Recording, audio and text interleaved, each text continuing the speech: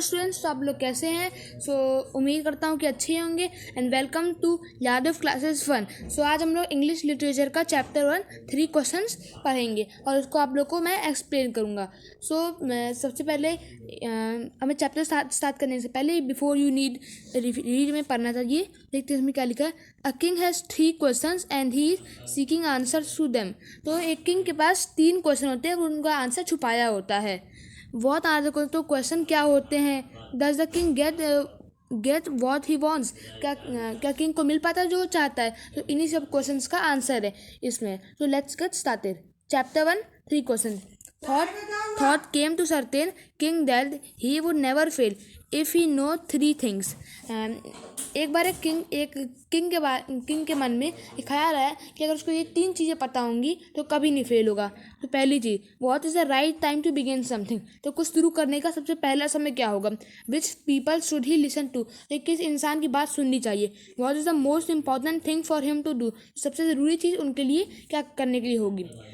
और फिर the king therefore sent messengers throughout his kingdom promising a large sum of money to anyone who would answer this 3 question. तो king ने अपने कुछ messengers को kingdom में भेजा और उन्होंने कहा कि जो भी व्यक्ति इन तीनों क्वेश्चंस के उनका जवाब देगा तो उसे वो काफ़ी सारा मनी देगा। Many wise men came to the king, but they all answered his questions differently. तो बहुत सारे वाइस मैन आए थे किंग के पास, लेकिन उनका आंसर बहुत ज़्यादा ही अलग था।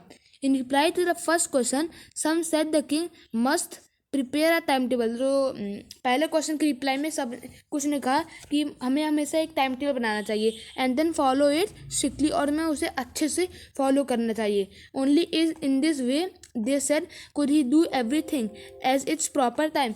क्या ये सही टाइम है, मतलब कि everything is proper time? Other said that it was impossible to decide in advance the right time. मतलब कि ये इम्पॉसिबल है पहले से ही अच्छा समय सोचने के लिए, फॉर डूइंग समथिंग, कुछ करने के लिए। The king should notice all that was going on, avoid foolish pleasures. जो किंग था तो सारी चीज़ें नोटिस कर रहा था और जो फुलिश इंसान था उन्हें हटा रहा था। And always do whatever seem necessary at that time, और उसे वही कर रहा था जो उसमें ज़रूरी था। Yet other said that the king needed a council of vice man.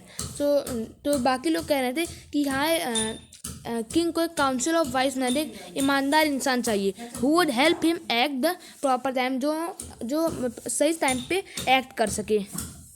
This was because one man would find it impossible to decide correctly. उनमें से एक तो इस प्रॉपर मैम को भी डिसाइड नहीं कर पा रहा था, विदाउट हेल्प फ्रॉम अदर्स, बिना किसी के हेल्प से।